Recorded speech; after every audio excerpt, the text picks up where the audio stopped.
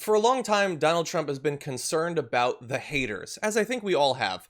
At various points, he's wished the haters and losers Happy New Year. He wished them, the haters and losers, a happy September 11th once.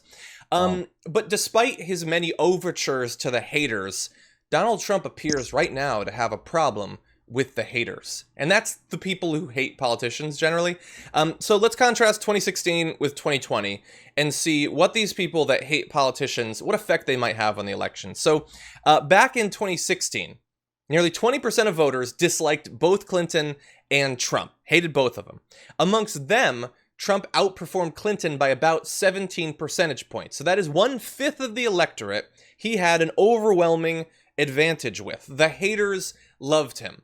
That might not be extending to today. As of right now, according to a Monmouth University poll that was conducted last week, former Vice President Joe Biden leads Trump by more than 40 percentage points among these haters, and they now account for nearly a quarter of registered voters. So slightly more hate both candidates, but they are fairly dominantly going towards Joe Biden for whatever reason, and we can speculate.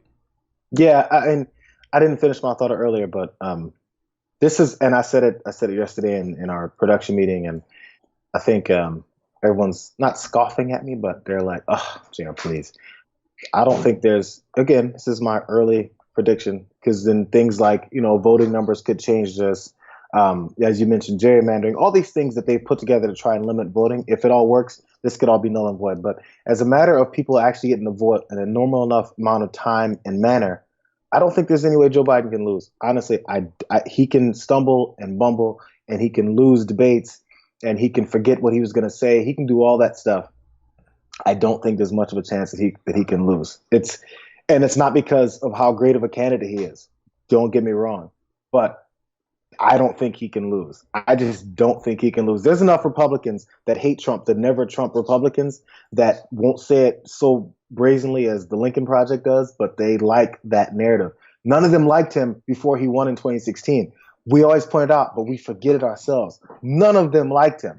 The establishment Republicans did not like him. Established Republicans use him to do what they want to do, but if they get someone like Joe Biden in office, they're like, okay, cool, yeah, yeah. And then this Democrat gets this guy out of office that we hate, who happens to say he's a Republican, and we get to continue to do many of our things because Joe Biden keeps telling us, I'm willing to work with Republicans. Yeah, great.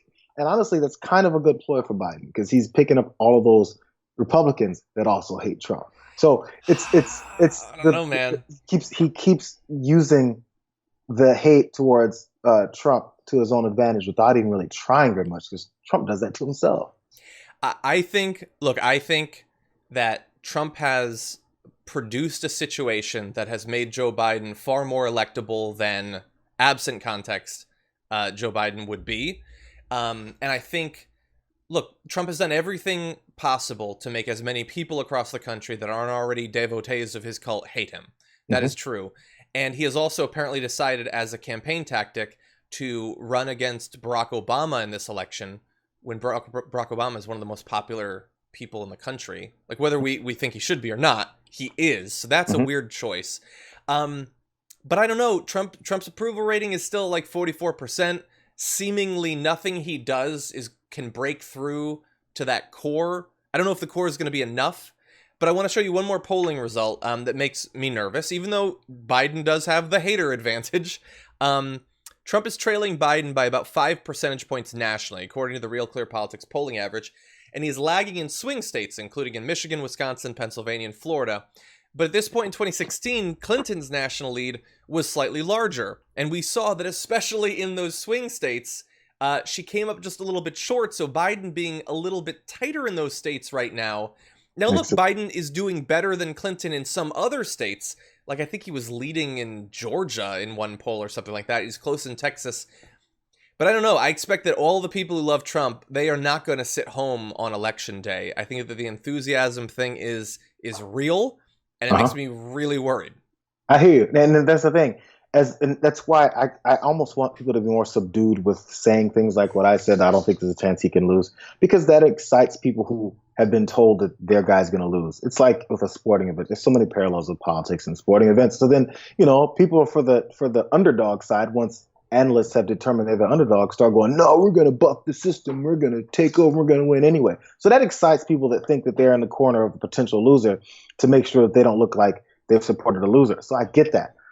So I think that could motivate them to a degree, but you have to make sure you look now, if you're having the beneficial side of this analysis, make sure that you continue to motivate your voters. And that's, I think, where Biden has to come in and play both sides of this to be like, okay, I'm getting these people who hate Trump no matter what. Now I got to make sure that I also work with the people who are in this wing of my party that don't like the approach I've taken and really build a bigger coalition. That might be impossible to do because the agenda and the issues that each of them care about just don't match up. So I get that. And it's hard. That's why I wouldn't never want to be a politician. This is annoying stuff to think about. Yeah. And catered. 100%.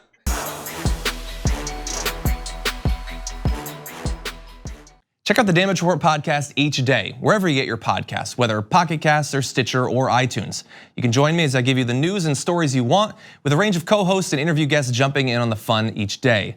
Again, that's the Damage Report, wherever you get your podcasts. And if you get them at iTunes, don't forget to rate and review. Sometimes I'll read them live on the show.